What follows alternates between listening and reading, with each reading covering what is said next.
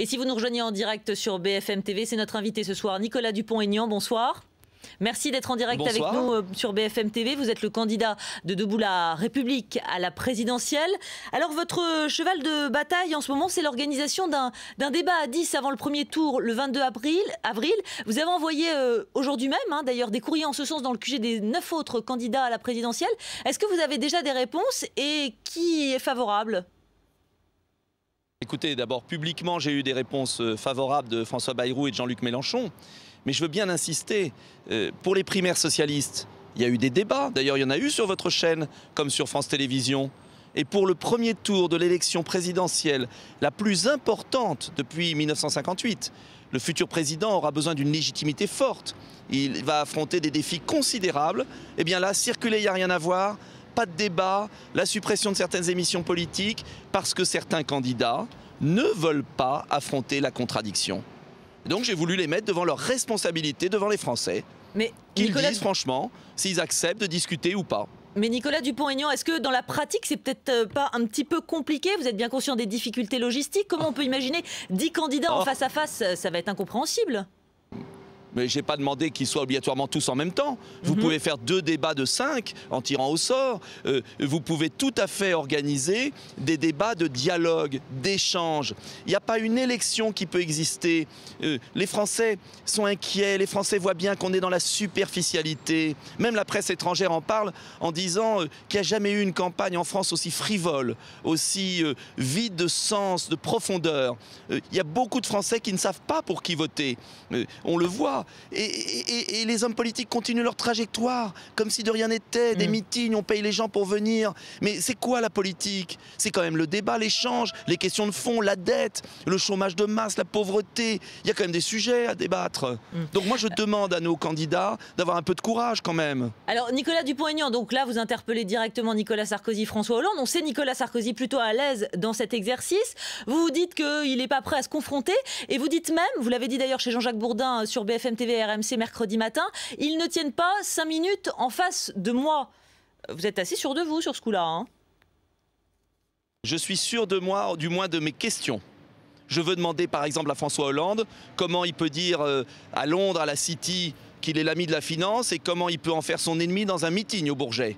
Je veux demander à Nicolas Sarkozy pourquoi il a supprimé 12 000 postes de policiers et de gendarmes, alors même qu'il a fait voter 15 lois qui exigent de nouveaux moyens pour la police.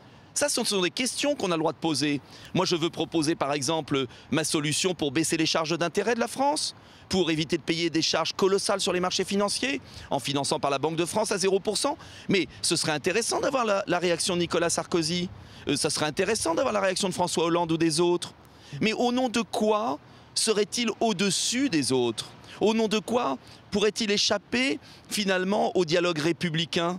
Moi, je crois que les Français, vous savez, veulent savoir ce que les uns et les autres, on a dans le ventre, qu'est-ce qu'on propose, comment. Et je pense que c'est le rôle des médias dans un pays démocratique d'organiser cela, comme dans tous les pays du monde. Alors, Nicolas Dupont-Aignan, 2 questions d'actualité. On est à 20 jours de la présidentielle. Vous l'avez vu comme nous, une réduction plus forte que prévue du déficit public. En 2011, il est ramené à 5,2% du PIB l'an dernier. C'est plutôt une bonne nouvelle pour la France. On ne peut que s'en féliciter, non ? Alors voilà, pardonnez-moi, Ruth Elkrief, mais voilà le déni de réalité français. C'est moins pire que prévu, mais vous savez que les Français doivent savoir que le 5% est très trompeur. En fait, on ne couvre nos dépenses que par les 2/3 de recettes. Il y a 1/3 du budget qui n'est pas couvert. C'est ça quand même. Alors certes, l'année dernière, c'était la moitié. Il y a un progrès. Mais ça veut dire quand même qu'on est au bord d'une catastrophe financière. 122 milliards de dettes supplémentaires cette année. Des taux d'intérêt, des dépenses d'intérêt qui ont gonflé de 9,5%. On est au bord de la situation espagnole. Mais ça, on ne le dit pas. Chut, tout va bien, tout va bien. Jusqu'au lendemain de l'élection, où ce sera le coup de massue, sans qu'on ait prévenu les Français de quel coup de massue ils vont recevoir sur la tête. Et qu'est-ce que proposent les différents candidats? Moi, je propose des solutions différentes, un protectionnisme, une sortie de l'euro, un contrôle des banques, une baisse des charges sur les PME, bon bref. Chacun a des solutions, mais la pire des solutions, c'est de ne rien dire avant et que ça se finisse dans la rue comme en Espagne ou en Grèce, 6 mois après l'élection présidentielle. En moins d'1 minute, s'il vous plaît, Nicolas Dupont-Aignan, évidemment les événements de Toulouse avec ce coup de filet très tôt ce matin dans les milieux islamistes, est-ce que c'est un satisfecit pour le pays, pour le gouvernement également, Nicolas Sarkozy? Oui, bravo. Moi, vous savez, je suis heureux de pouvoir être d'accord.